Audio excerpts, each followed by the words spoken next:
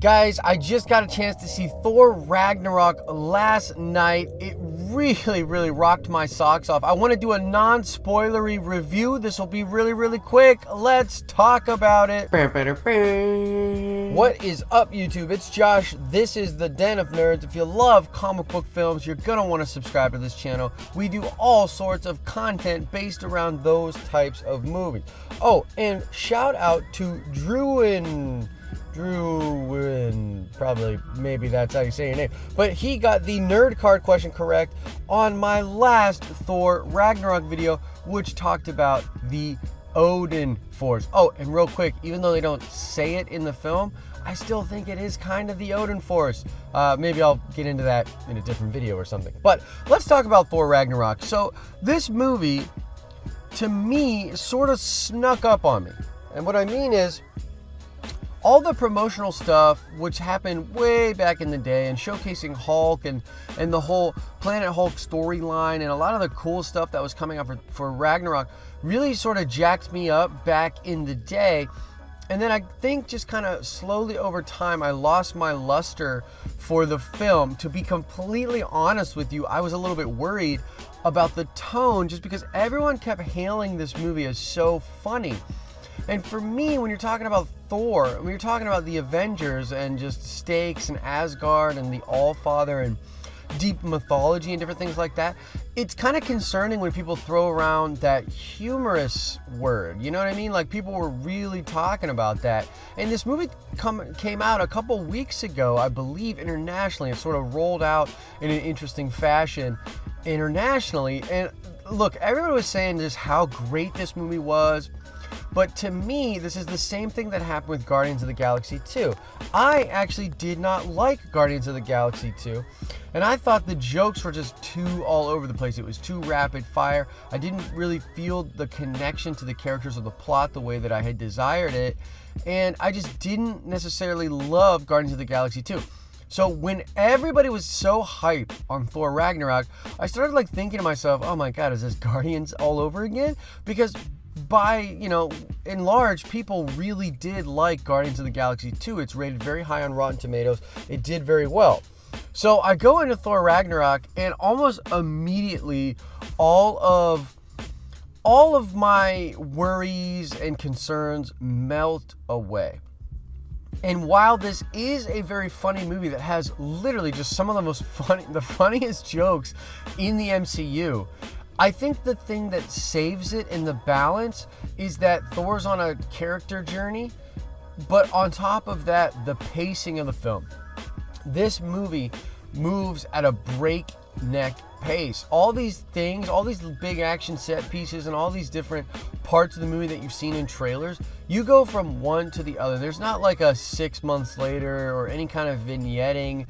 The movie moves quick, and I think that fast clip helps you absorb the humor. It's almost like the movie stops and you kind of take a little break and you get a couple laughs, and then the pace picks up again and it's just like crazy town.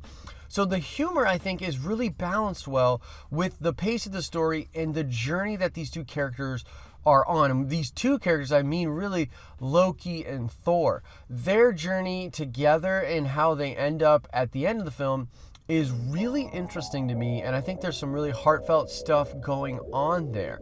There's, of course, scenes with other MCU characters, most notably Doctor Strange, who really just owns that whole set and that part of the movie. It was very cool to see how powerful he has become. I think it's kind of setting the stage for some things to come with Infinity War and whatnot.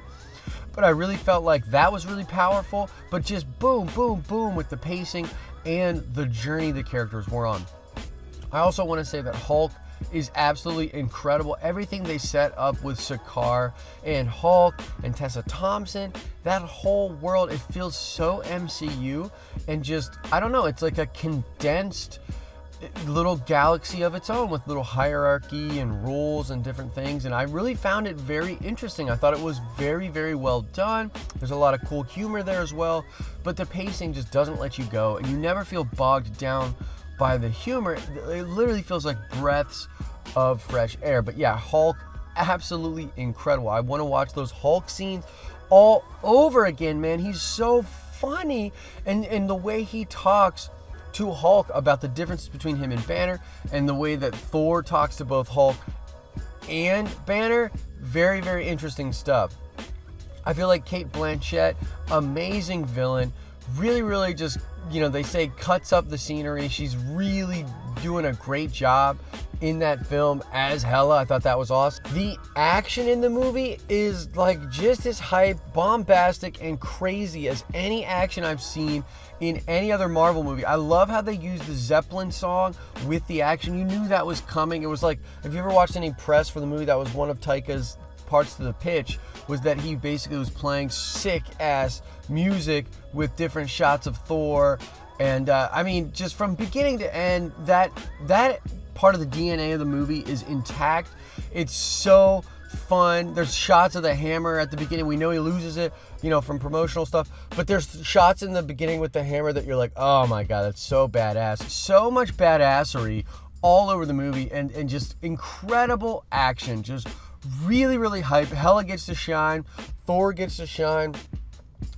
Tessa Thompson gets to shine. A lot of different people get to shine, and it's amazing. It's just really, really well done. It's this perfect blend, man. Taika really killed it with this movie. I can't believe how much I enjoyed the movie, especially with like the concerns I had about the humor. Guys, I'm telling you, if you're one of those people that's concerned as well, just go see the movie. It will grab you by the throat and take you on this crazy ride, and you will be having so much fun and laughing so much at different aspects of it. It's really, really cool, okay? So that's basically it. That's my non-spoilery review. Just wanted to put this out there really, really quickly. I would say 9 out of 10, and I know everybody gets on me. They're like, well, you're a Marvel fanboy. Well, maybe.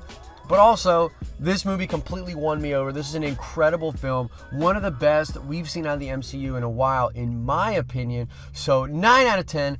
Go see Thor Ragnarok. Go get grandma, go see Thor Ragnarok. Everybody and their mom should go see Thor Ragnarok. It's very, very good. Let me know in the comment section, what did you think about the movie? But let's keep it non-spoilery on this video. You can always hit me up on Twitter at Joshua Adam Lucas, or find me on Facebook if you really want to talk about it and we can get into the nitty-gritty of it. Hit me up on social media. That could be kind of cool. Oh, and Instagram. Not to shamelessly plug, but I do a lot of stuff on Instagram. So Josh Likes Comics with an X. Hit me up on the gram, man. Let's talk about this stuff. But in this comment section, keep it spoilery free. All right, now let's check that nerd card really quickly.